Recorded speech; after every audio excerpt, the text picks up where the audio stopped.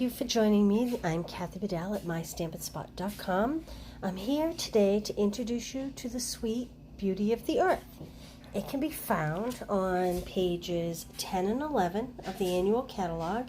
There are so many great ideas in the catalog. I'm going to show you these pictures and we'll talk about those in a minute. I'm going to put these cards off to the side and just introduce you to the elements first. Beauty of Friendship. It's a wonderful stamp set. Friendship refreshes the soul. You truly inspire me. I believe in you. You can double stamp or you can use all these stamps as single stamps. I just love them. Here's the dies that go with them. Mine are kind of a mess. I apologize because I've been using them. I guess I really should have organized these a little better. But you have the big images and you have these smaller images and you have these great labels. Love the labels. So that's the stamp set and the dies.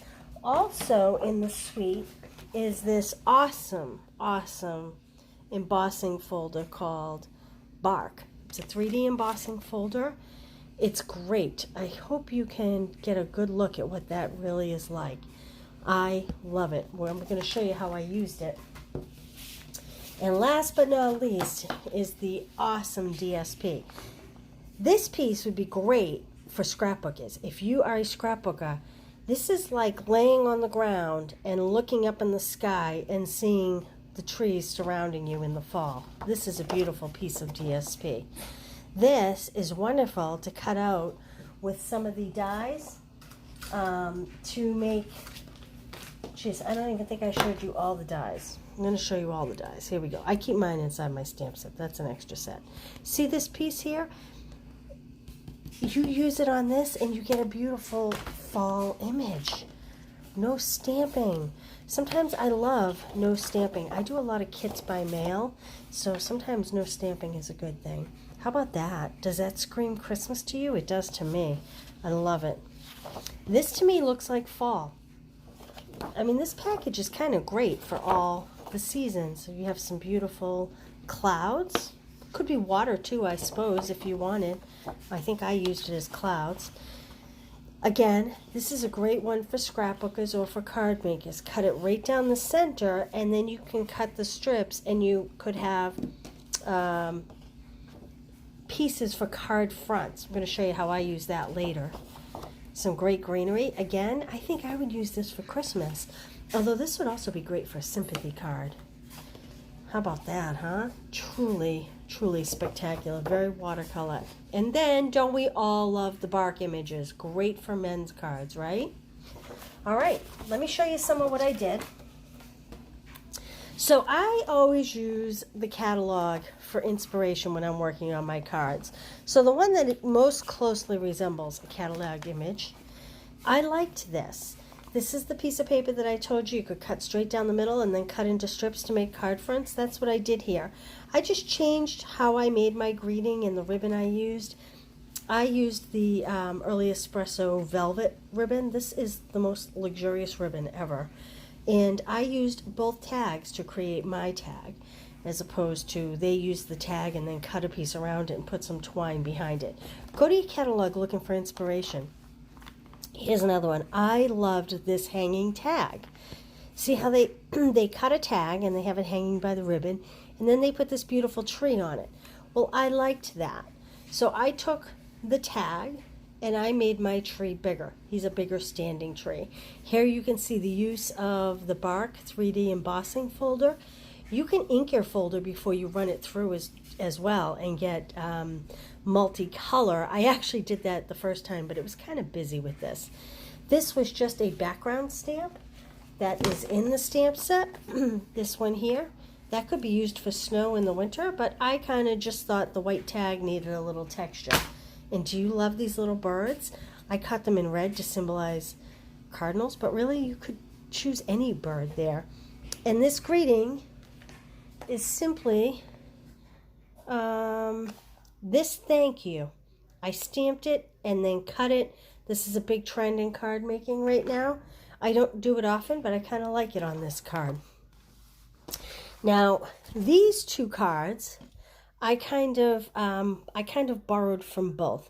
I borrowed the sky paper from this card, and I borrowed the vellum from this card, and from that I created this. Remember I was telling you this paper with the cutout die? How gorgeous is that? You can see I used the vellum here, and I just used the little stamp element to make the dirt underneath the tree. It's simple, but it's beautiful. And here's another one. My goal here was to use this paper, and I have to be honest, it's not totally my taste, but I do love the way this turned out. Please note too, this is the beautiful 6x6 DSP gold and rose gold. This is obviously the rose gold color. Glimmer paper. It's beautiful.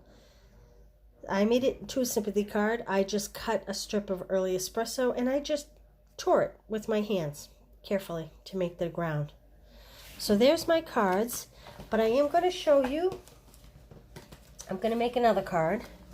I'm going to bring in my elements. This time, I told you that blue paper, this blue paper screamed Christmas to me, and I currently have a Christmas club going on. So I am in the Christmas focus. Did you guys just see that? I think my power just cut. Hopefully we get through this. This stamp set is in the annual catalog, Tidings and Trimmings. I'm going to use this word Noel. These are the die cuts that go with it, and I am using the big outline of a star. That's what I'm going to use for this Christmas card. So let me show you. I've pre-cut things. I just have a white card base. Let me get my cheat sheet.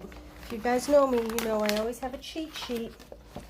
My card base is 8.5 by 5.5, scored at 4 1/4. This card really could not be any more simple. I'm going to put that aside for a minute. Now, I have a piece of Night of Navy. This piece is 4 1/8 by 5 3/8. And I'm going to pop that onto my base.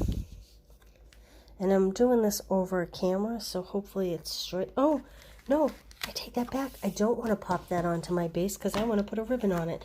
So I'm going to put it on this silicone mat that nothing sticks to. I have a 4 by 5 1/4 piece of DSP that I'm going to add to my Night of Navy layer. And this adhesive today does not want to work for me. Some days it's so smooth and some days I struggle. Okay, and again, I'm doing this around the corner. So I'm hoping that this is nice and even. Now I'm taking a piece of seam binding and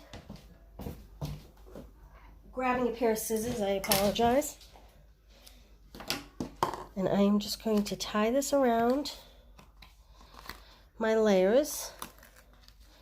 And once I've adhered this down and I know that it's long enough, I'm going to add it to my card base and get rid of these silicone sheets because they're not pretty, but they are useful.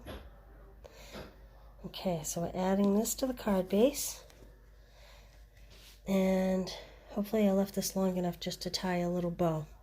If not, I'll tie a square knot.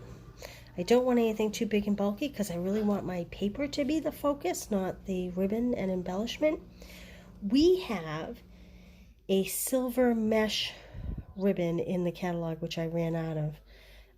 It's rather thick. It's like 1 1/4 inches. Look at me struggling to tie this. It's about 1 1/4 inches thick, and it's a beautiful sparkly ribbon, and that may have worked nicely on this card as well. I reached for it, but I didn't have any left. It is wide, so I think you'd have to kind of scrunch it up for what we're doing here. Okay, so now I have a piece of Night of Navy that I have die cut that star out of. And I am going to take my Whisper White craft ink. I don't know how often you use this. And I'm just taking the word Noel from the stamp set. When the new catalog goes live, something a little more spiritual might fit on this star better. I just didn't have anything that I thought that was current that would go, something about, peaceful night, or maybe a little religious themed. But I think the Noel works just as good. And it's available now. And I'm just going to put a few dimensionals on the back of my star.